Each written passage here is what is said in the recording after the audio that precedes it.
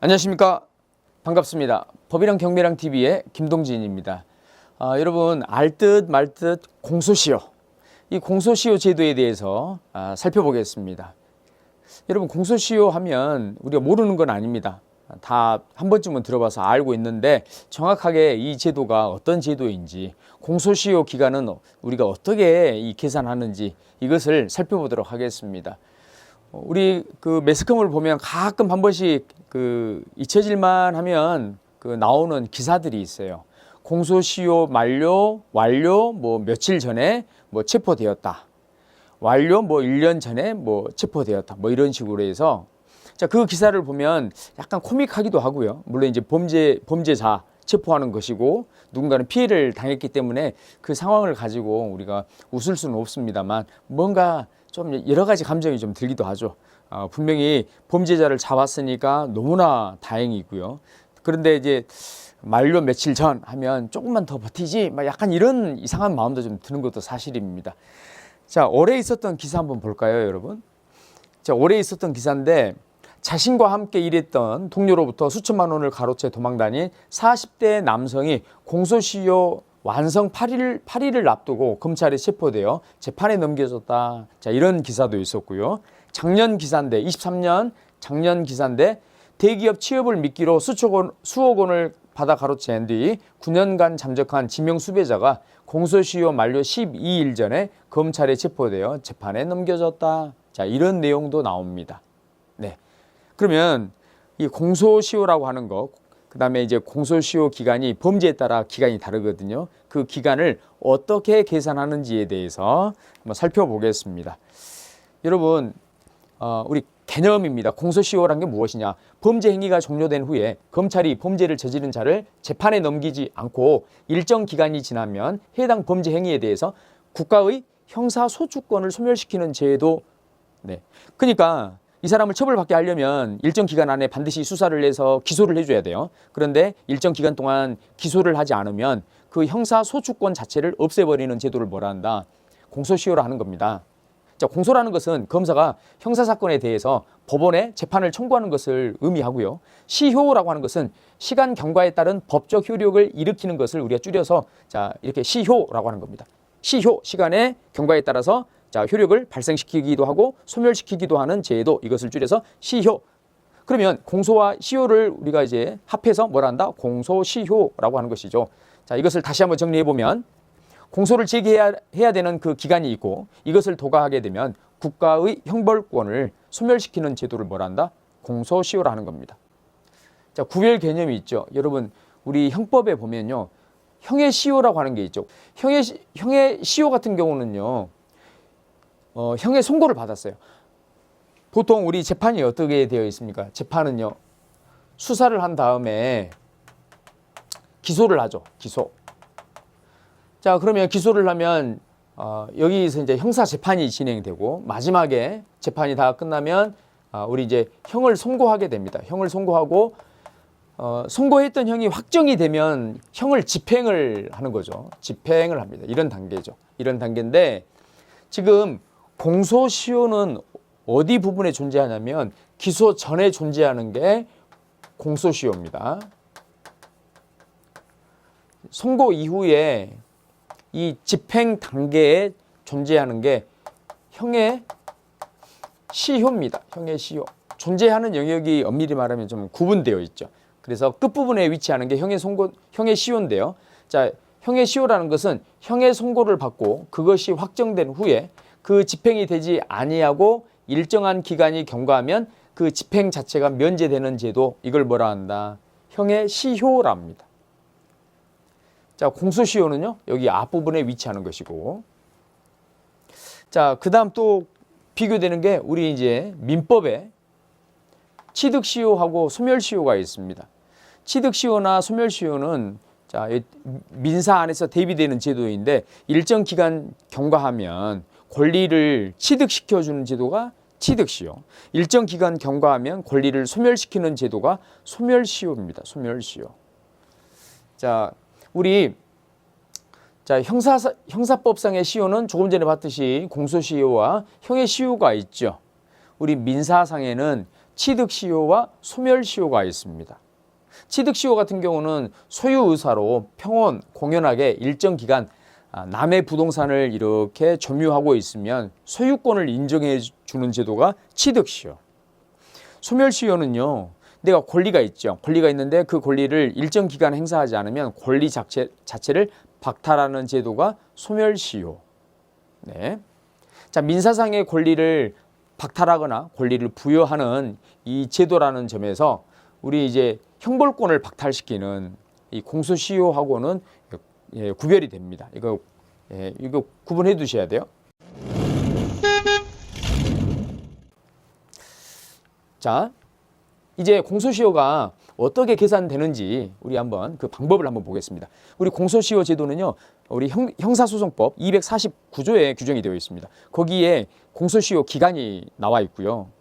자, 그래서 249조 보면 1항 공소시효는 다음 기간 경과로 완성한다. 사형에 해당하는 범죄에는 25년, 무기징역이나 또는 무기금고에 해당하는 범죄에는 15년, 장기 10년 이상의 징역 또는 금고에 해당하는 범죄에는 10년, 장기 10년 미만의 징역 또는 금고에 해당하는 범죄에는 7년. 자, 이런 식으로 쭉 나열되어 있어요.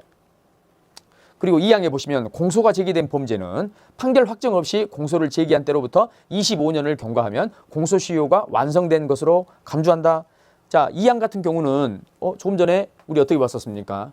공소 제기 후에 공소 제기 전에 기소 전에 존재하는 게 공소시효죠. 공소시효인데 기소된 후에 여기에 자, 이거 보시면 기소는 됐는데 이게 재판이 진행이 안 돼요. 25년 동안 이게 재판 진행되지 않고 그냥 계속 시간이 지나죠? 그러면 공소시효가 완성된 것으로 취급하겠다고요. 너무 늘어지는 것, 공소시효는 원래 기소되기 전에 존재하는 것이지만 예외적으로 기소된 후에 자, 일정 현상에도 우리가 공소시효 이 규정을 적용한다라고 하는 것. 자, 2항의 내용이고, 그러면 우리가 이제 계산을 하는데, 자, 공소시효 계산법, 공소시효 계산 규정은 형사소송법 250조, 251조에 구체적으로 나와 있습니다. 250조에 보면 2개 이상의 형을 병과하거나 2개 이상의 형에서 1개를 부과할 범죄에 대해서는 일단 무거운 형에 의해서 249조 공소시효 기간을 정한다 이 말이고, 251조 형법에 의해서 형을 가중 또는 감경한 경우에는 가중 또는 감경하지 아니한 형에 의해서 249조 규정을 적용한다. 뭐 상습은 또 가중 사유 아닙니까? 상습 사기 하면 일반 사기보다는 가중되어 있는데, 자, 이 상습 사기에 공소시효 기간 계산할 때는 이걸 빼고 기본 범죄로 해서 공소시효 기간을 정하라고요. 이해되시죠? 자, 그래서 우리가 이제 보면 상해죄를 한번 예를 들어봅시다. 상해죄는 법 조문에 7년 이하의 징역 또는 1천만 원 이하의 벌금, 자, 이렇게 이걸 부과할 수 있다라고 규정되어 있습니다. 그러면 조금 전에 우리 자, 이 공소시효 기간 계산할 때 여기 있었죠? 2개 이상의 형을 병과하거나 2개 이상의 형에서 1개를 부과할 범죄에 대해서는 무거운 형. 그러면 다시 가서 7년 이상의 징역과 1천만 원 이하의 벌금에서 어떤 게 무거워요? 7년 이하의 징역이죠. 상해죄는 어디에 나와 있죠? 여러분, 일단 형법을 보셔야 돼요. 형법에서 해당 범죄를 우리가 이제 골라야 되겠죠. 사기죄면 사기죄, 살인죄면 살인죄. 그 범죄의 공소시효 기간이 어떻게 되느냐? 여기에서는 해당 범죄를 먼저 찾아야 되겠죠. 상해죄, 먼저 우리가 예를 들어서 상해죄를 골랐습니다. 상해죄의 공소시효 기간, 그러면 이 형법의 상해죄 조문을 가지고 이제 기간을 찾으러 가야 되니까 249조, 어디? 형사소송법 249조. 형사소송법, 자, 249조로 가는 겁니다. 249조. 일단 여러분, 상해 같은 경우는 7년 이하의 징역이라고 했었죠? 자, 넘어가기 전에 이것도 한번 봅시다. 유가증권 위조죄. 유가증권 위조죄 같은 경우는 자, 대한민국 또는 외국의 공채증서 기타 유가증권을 위조 변조한 자는 10년 이하의 징역, 10년 이하의 징역에 처한다. 이런 식으로 규정이 되어 있고요. 자, 하나 더 봅시다.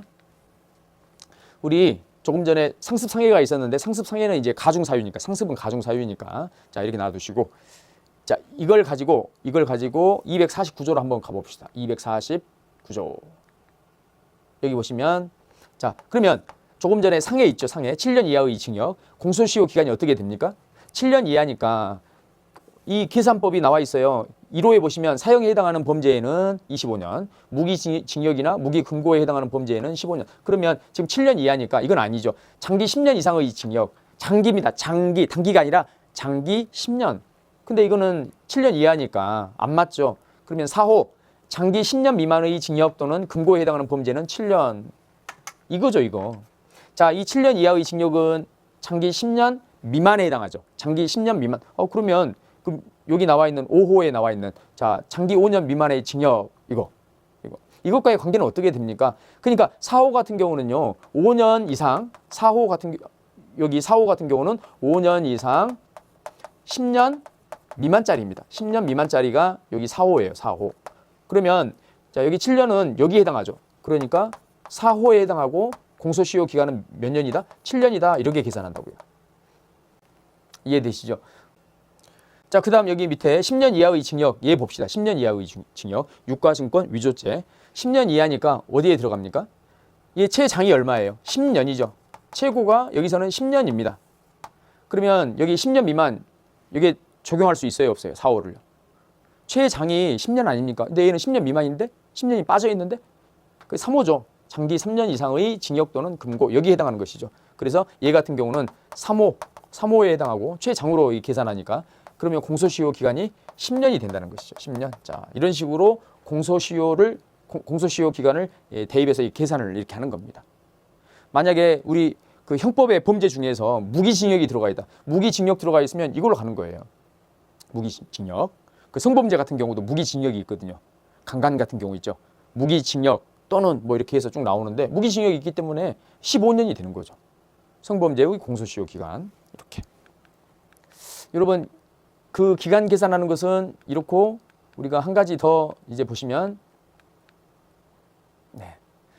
참고로 여러분 살인죄 공소시효 있죠. 살인죄에 대한 공소시효는 2015년 7월 31일 법이 개정되었고 이 살인죄 공소시효는 폐지되었습니다. 그래서 앞으로 더 이상 살인죄 같은 경우는 공소시효가 있다 없다? 기간이 있다 없다? 없다라고 하는 거 기억해 두시면 되겠습니다. 여기 형사소송법 253조의 2 공소시효의 적용 폐지가 바로 개정된 내용입니다. 그래서 자, 공소시효를 적용하지 않는다라고 하는 겁니다. 참고로 여기까지 봐두시면 그래도 우리가 기사가 나올 때 나 그때 배웠는데 공소시효 기간 어떻게 계산하던데? 알고 좀 볼 수 있겠죠. 일단 여러분 형법에 있는 범죄 이 범죄들이 쭉 형법에 나와 있죠. 이 범죄들의 공소시효가 어떻게 되는지 찾는 겁니다. 그래서 이 형법에 있는 범죄를 가지고 어디로 가는 겁니까? 공소시효를 찾아서 형사소송법 249조로 가는 겁니다. 그 기간 찾는 거 아시겠죠? 사기죄 여러분 공소시효 기간이 10년입니다. 사기죄 한번 찾아보시기 바랍니다. 사기죄, 강간죄 한번 찾아보시기 바랍니다. 강간, 그 다음 업무방해 몇 가지 형법에 나와 있는 범죄들을 찾아서 쭉 한번 대입해 보시면 금방 공소시효 기간 이거 별거 아니네 금방 알 수 있을 겁니다. 자, 그래서 조금만 더 알면 우리가 더 알차게 그 기사나 뭐 이런 우리 주위의 또 공소시효와 관련된 내용들을 알 수 있을 겁니다. 배워서 남주지 않으니까 우리가 공소시효를 꼭 학습해 두시기 바랍니다. 네, 다음 시간에 또 다른 주제로 찾아뵙겠습니다. 감사합니다.